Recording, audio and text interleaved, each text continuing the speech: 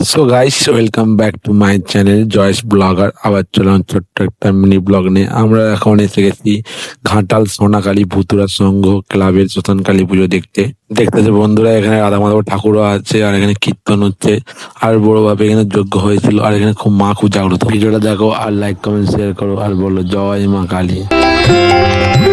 Sadananda